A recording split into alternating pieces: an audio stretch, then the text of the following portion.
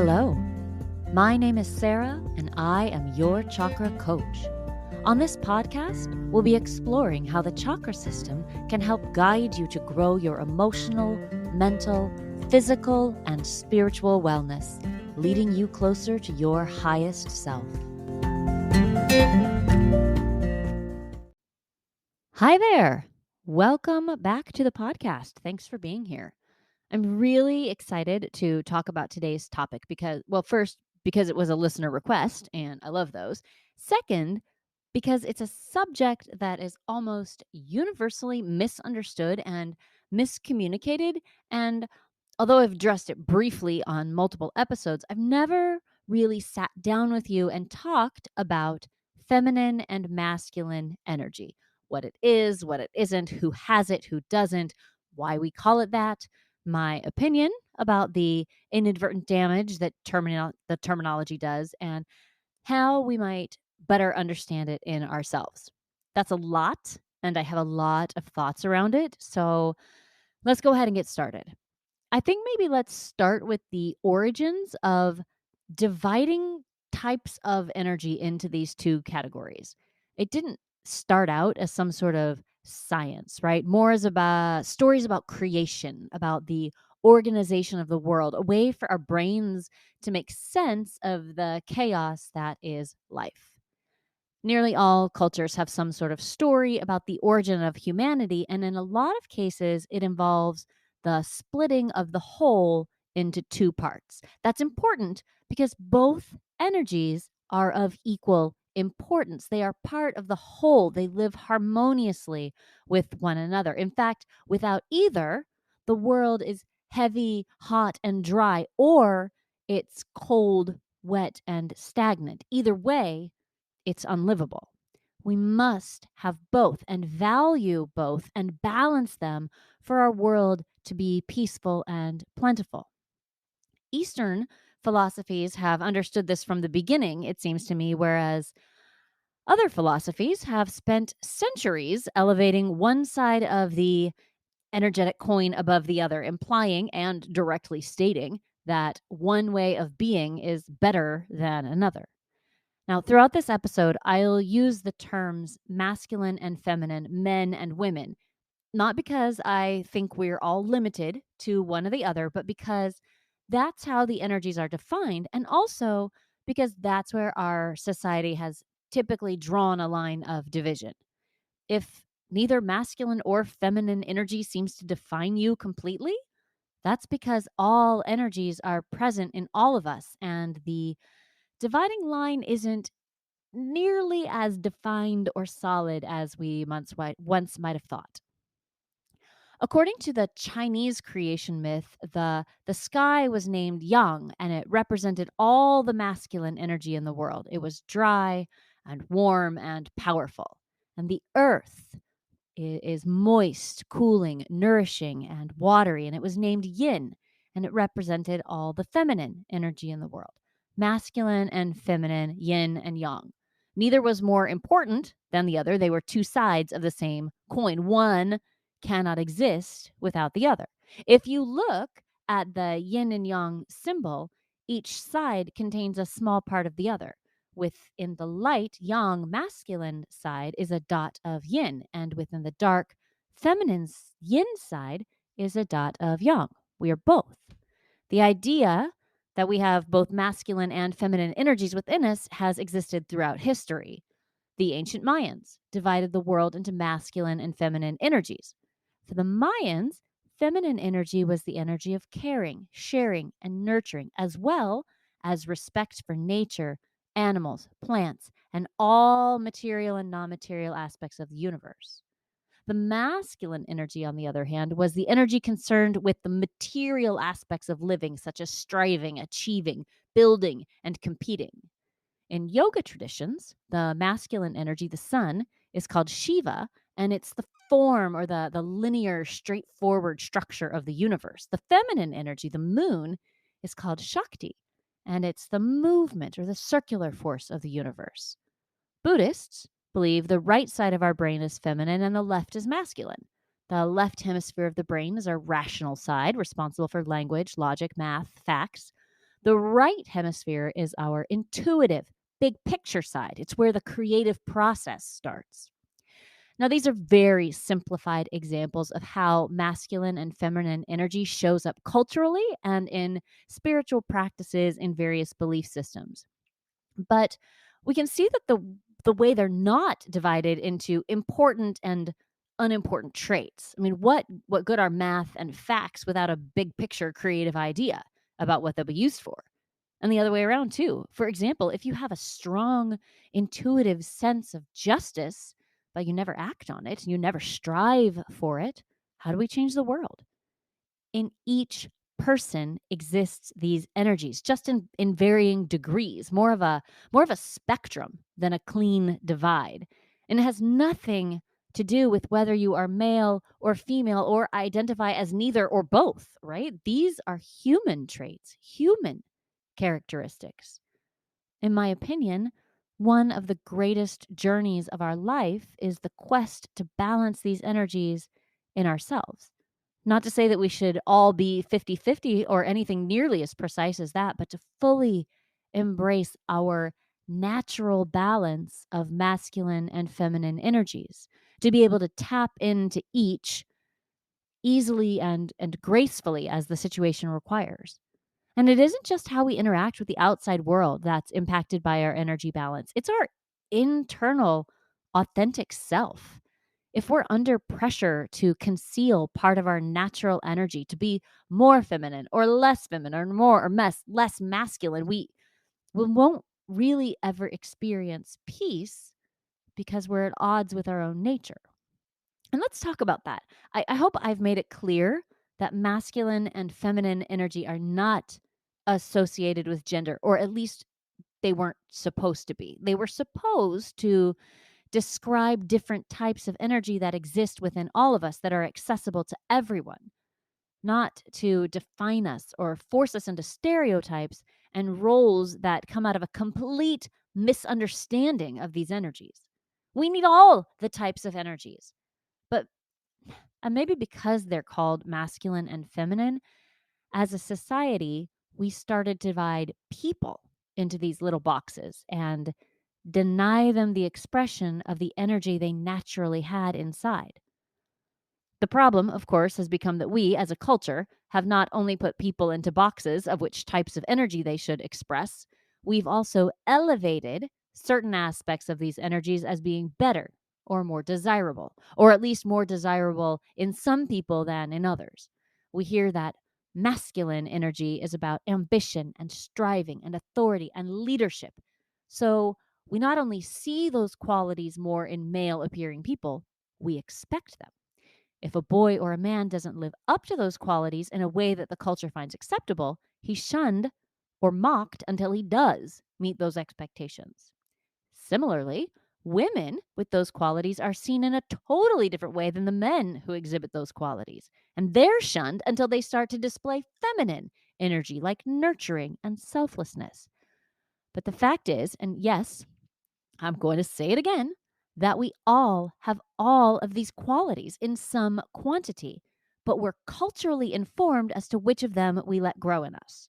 It can be very dramatic, like refusing to allow boys to play with dolls or pressuring girls to give up sports. It can also be subtle in the language we use, calling a female leader aggressive and a male leader assertive. And it starts very young. Study after study shows that parents hold their baby girls more than they hold their baby boys, presumably because girls need more nurturing and protection than the boys, which is ridiculous because they're babies.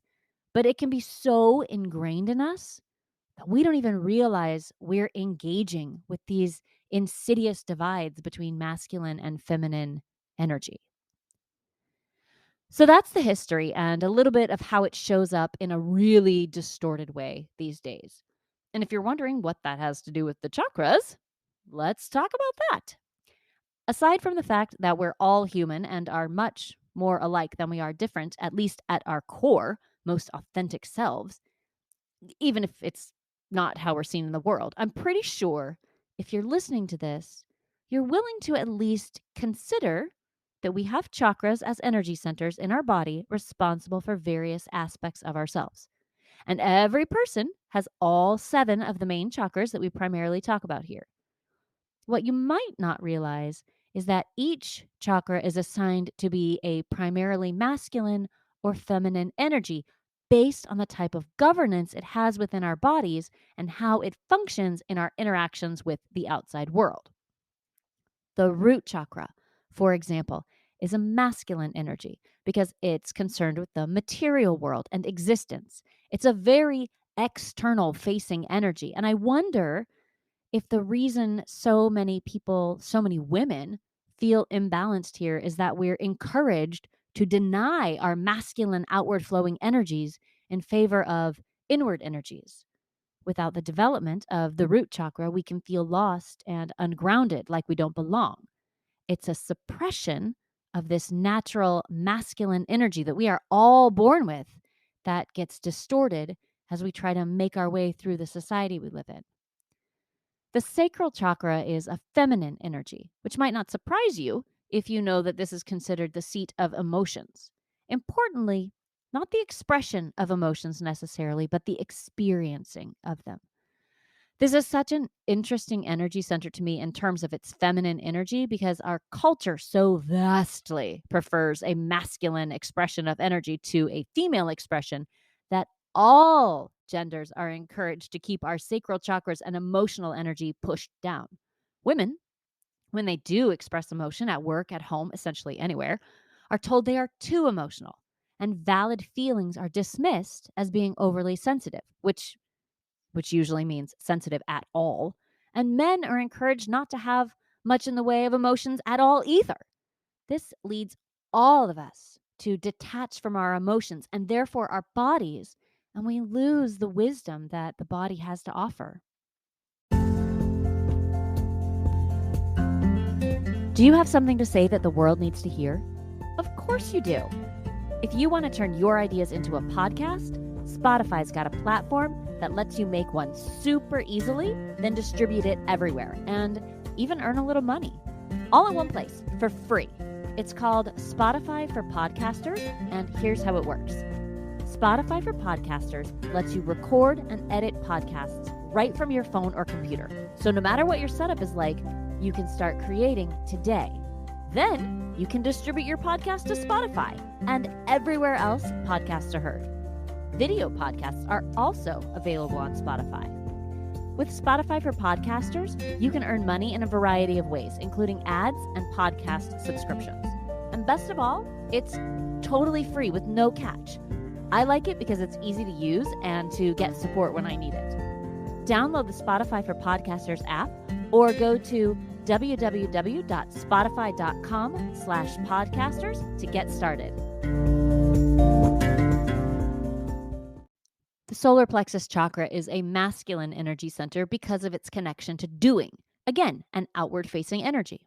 You can probably see how this will work, the alternating energies as we move up the channel, the outward and inward flow and focus. Because our right to act in the world is in the solar plexus, it's masculine. And remember, this is the right to act on our own behalf towards our highest good. If we're suppressing this energy because it isn't ladylike or feminine, we're losing our power, giving it to others in the hopes that they'll act on our behalf.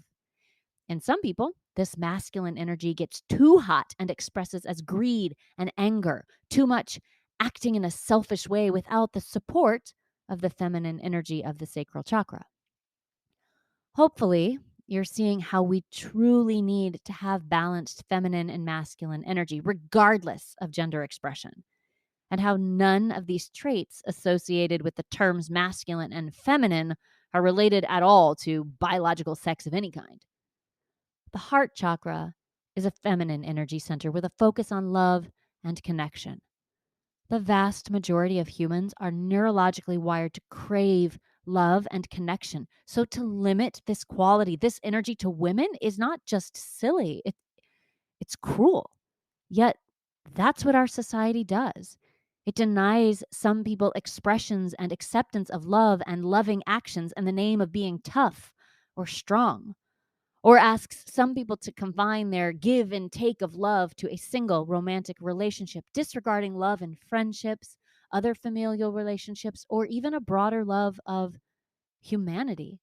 And simply because we have this cultural notion that it's a feminine energy rather than a human energy. At the throat chakra, we're back to a masculine energy. Again, because of the outward flow, the expression, the communication aspect of the chakra. Although I think this one is really interesting because there can be a sense that women are better communicators. I want to get into this concept a little and explore a bit more of how we communicate. The throat chakra, the expression, creativity, putting your ideas into the world is a masculine outward energy. However, communication, the responsibility of the throat chakra, has another part, and that's listening and understanding what's being communicated. And that is an inward, receptive flow of energy, which is feminine. What's interesting is that I hear women celebrated as good listeners and men celebrated as good orators. We've managed to divide this communication skill even further, and the divide is causing us to live in conflict with each other and within ourselves.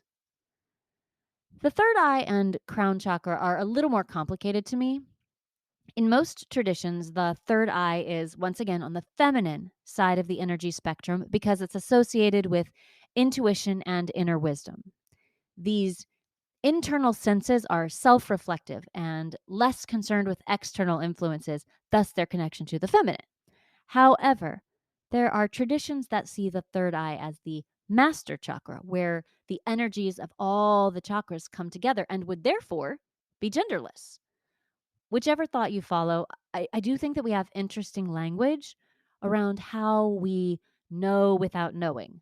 We have intuition, which is a sense of knowing something seemingly without physical evidence. But we also talk about a gut instinct, which is similar, but originates in the solar plexus chakra, a masculine energy.